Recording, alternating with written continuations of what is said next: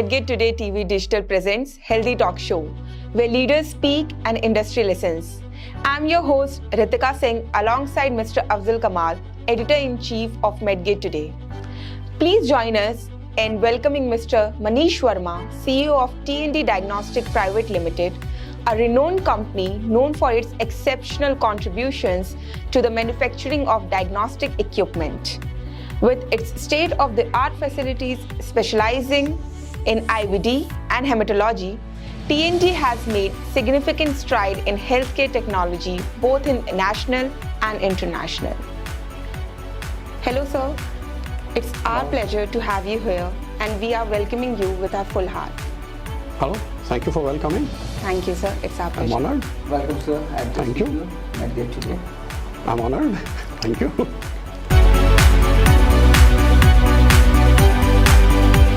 So, my first question to sir is, please tell us about your journey in the healthcare and what inspired you or who inspired you to be in this industry.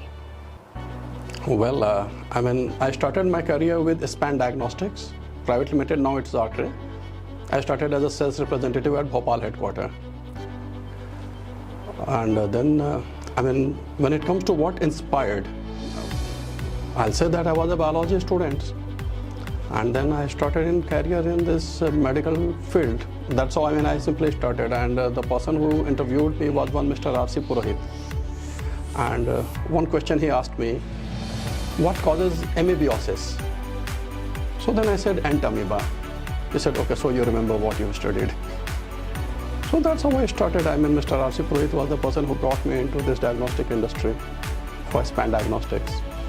Okay, and if I talk about who inspired you, someone who is literally on your back or who literally motivated you ki, let's go in this field? No, there was nothing. At that time, I was just a young graduate.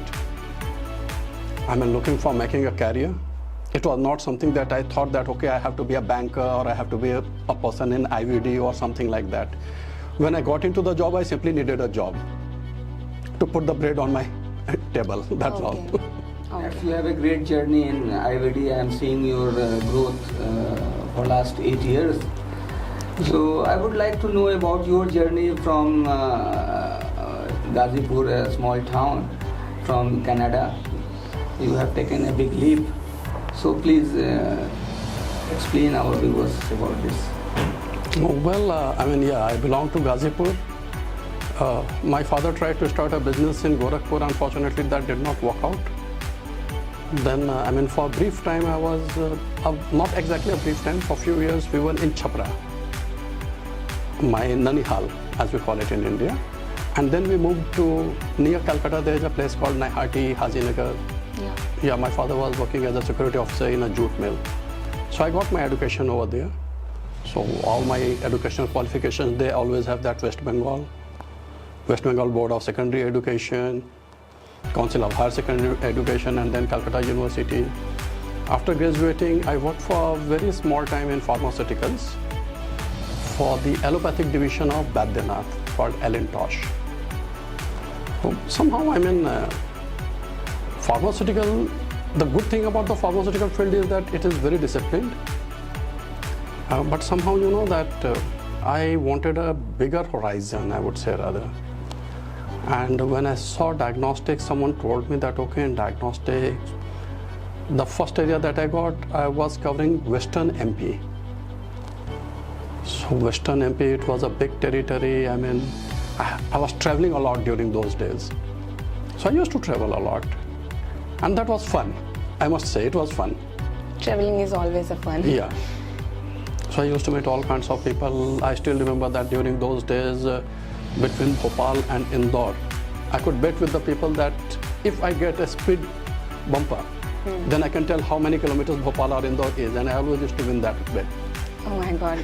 Yeah, so I have traveled so many times between Bhopal and Indore, and I had that kind of memory. Then I got inclined towards the product management, and then I got promoted as a product executive and went to Surat. So it was in the beginning of your career? Yeah, I joined Span in September 91, I still remember. September 91, I joined as a sales representative. And then in April 96, I got the offer for becoming a product executive at head office in Span Diagnostics. So I went, yeah. I moved around April, May. I'm 96, I moved to Surat. Okay. So I worked for approximately 10 years in span diagnostics, joining as a sales representative and leaving that company as a product manager. Okay. Then from Surat, I moved to Bombay. So there also I worked in Trans Asia. I worked for 3 years as product manager for immunology. And from there, I moved to Econ. At that time, Econ, everybody knows that Econ was a big name in rapid tests. Now also I think that Econ is a big name, but they are more into urinalysis and blood glucose monitoring system, etc. But then during those time, it was big in rapid test. In Econ, I became, from regional support to in a year's time, I got the position of global product manager for infectious disease. So I was, for a pretty long time, I worked there as a global infectious disease, cardiac market, tumor markets product manager. Then they divided into two parts. T1 was sold to Alea. T2 was still there. Then I worked there as international marketing manager, and simultaneously I got the charge for sales manager India and Pakistan as well. Then again I went to Alea. Then from Alea I went to join one startup, Biotest. Biotest is approximately currently $600 million valued company, listed in Shanghai Stock Exchange. From Biotest, I joined Alltest. Alltest also went to public. At the time of IPO, they were also valued at approximately $1 billion, but now they are approximately probably $600 million or so. Both have, Biotest and Alltest, they both are approximately at the same value, between 500 and 600 million US dollars, or maybe a little more. And when I was in Alltest, I was serving as vice president of marketing. So you can understand, and the owner, the main boss of that company, it's a public limited company, so I should not use the word owner. So the main person who still holds approximately 30%, Mr. Sorgao, he's a close friend of mine. So I was his, I'm friend also, and I had reached to the point where, you can reach kind of point in corporate world. Okay. So after that, I had to start my own team. And then rapid test, I did not, still we have rapid test, but I did not want to get into rapid test because it would have been a lot of conflict. So I was looking for something, and not only rapid test, even when working in the rapid test, we had already started with FIA. I was heading the FIA project in Alltest when I thought about starting our own company. Then I thought that this Gillette, they always call it King Gillette business model.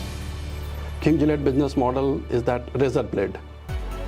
That you sell the razor, and then the people must buy the blade from you. Okay. So, I have been studying or reading a lot, many things, and then they said that IVD industry, you see all kind of, you see the rapid test, you see this test, that test, but the major chunk of business is coming from this King Gillette business model only. It's an irony. If I say it's an irony, King Gillette, because you take Gillette as a blood and take from the person from you are stringing. Cannot exactly get you. Please brief us about the Gillette model you said about. Gillette business model is Gillette sells you the razor and the blades fit in those razors only. So and those razors, you cannot buy the blade from any other supplier of the blades. Like if you want to fit in Topaz on a Mach 3 razor of Gillette, then it does not work. You have to buy the blade from Gillette only. Okay, got it. And now Gillette is making money not from the razor, Gillette is making money from the blade. Blades. Okay, now I got it. Yeah, that's how Roche is making money, that's how all these big IVD companies are making money. So I had to get into, and the first test that I got when I was heading the FIA project in Alltest, then one fine day I went to my boss and I said that I want to start my own business, and this is the model I want to follow. Because in rapid test, you could not follow that model, razor blade model. Because in rapid test, you simply do the test, and there is not something that hooks you. But in razor blade model, there is a razor that keeps the customer coming back for buying the blade. So the consumables business, that's where I said that this is something I want to do, and that's how we started. Dr. Matthias Walk, my partner, he has been a long-time friend of mine. Before, he was having a company called Dima Diagnostics, if some people have heard, because Dima also got sold to bioMérieux. Okay. Yeah, bioMérieux is a big name in our industry, so almost everybody knows that. So Dima got sold to bioMérieux. Then they further sold it to another company called Biosynex in Europe. And then I knew Dr. Matthias for a pretty long time. Dr. Matthias became my partner. And that's how we started. We started in Canada at the holding company. Right. Yeah. So.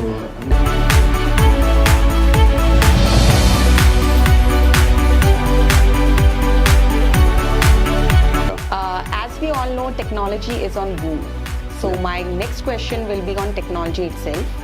Please tell us about the latest innovation and advancement T&D Diagnostic has implemented in its manufacturing processes.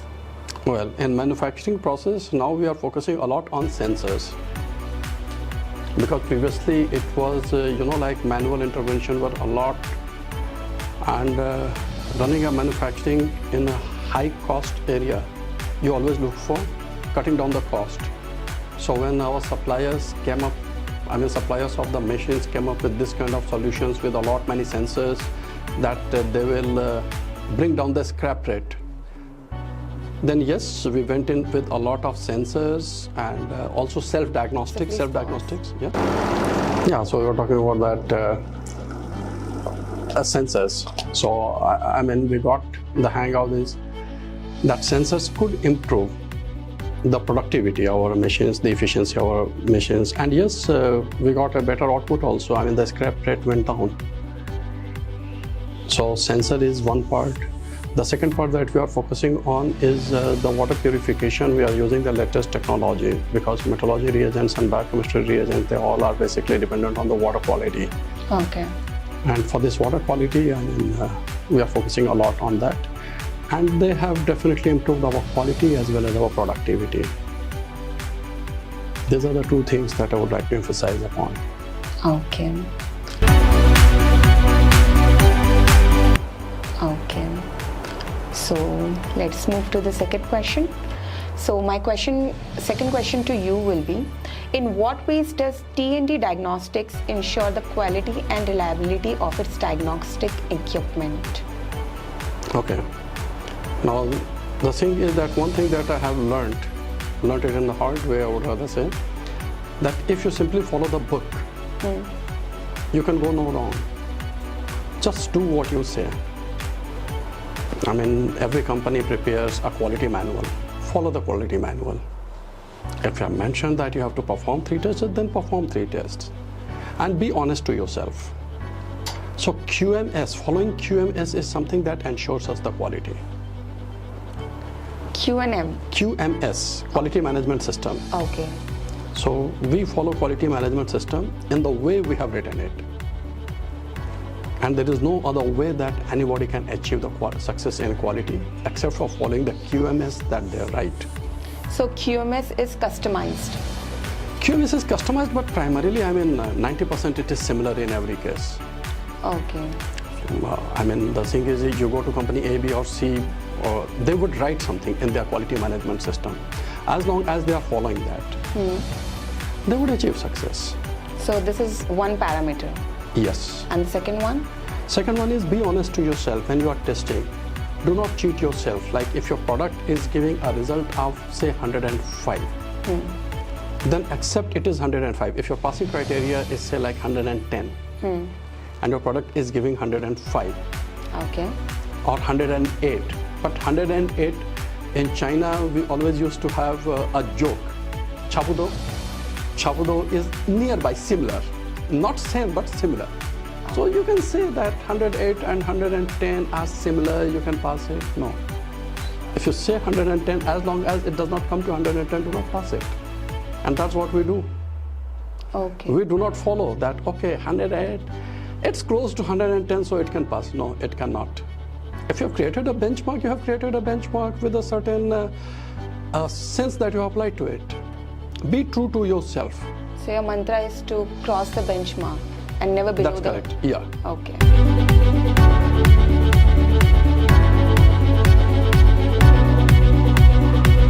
It's good also. Moving to the next question. So what are the unique products you have, especially for hematology and other analyzers? In hematology, we are coming up with the 5-part differential. It will take us maybe between 3 and 6 months time. We are working on that. So 5-part we are coming up with. And very specific, if you ask me, then we are coming up with the neopterin test. Neopterin test is something on which we are banking a lot, because that's going to be something like a game changer. Neopterin, not many people even know. We will have to spend a lot of money in educating the people for neopterin. Neopterin is primarily a wellness marker.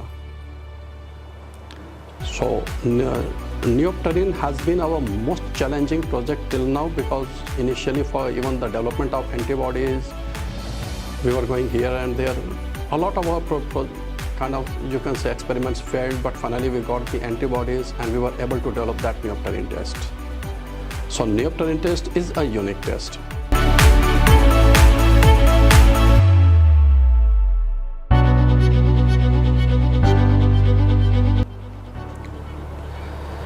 So here we have Mr. Manish Varma, and he has given all the insights about his company, the markets.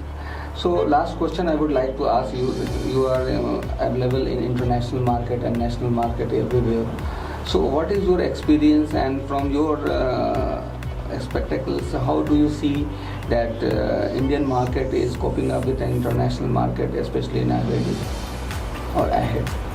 Well, I see there are 2-3 ways that I see this happening. Number one, I'll take our own example. Our Indian subsidiary is basically working in 3 ways. One is for local sales in India. Another is also it is providing services to our international business. And number 3, it is also we are using this as a hub to address the needs of the Asia Pacific market. So and the more I'm looking at addressing the needs of Asia Pacific market from India, the more I can see that there are a lot of opportunities. There are few things that it's a mindset that I'm seeing as a major challenge when operating out of India for the exports, because the mindset is primarily towards the domestic market. And in mindset, the thing is like in China, we used to work with a completely different speed. This much I can tell you. And here, so first you have to like how it can be done. So first you have to explain the thing, that how it can be done. Why it should be done is also a question that we face a lot many times. But once you have explained why it should be done and how it should be done, then your team, I mean all the people are there to support you to take it forward. In India, there is a major cost advantage. But then the problem that comes, what eats up the cost is the time delay. So there has to be a balance, and people become impatient at times. So you have to use a little bit of patience. I do believe that many companies are doing exports from India and they have known how to do it. Probably I do not know right now, but then I am learning it. Yeah. So thank you so much for being with us and giving insight about your company and your personal experience. Thank you. It was nice knowing all the insights from Mr. Manish Varma, and we wish all the best luck to him for his new upcoming initiatives in his T&D Diagnostic Private Limited. Thank you, sir. Thank you for having us as your host. Thank you. Thank you.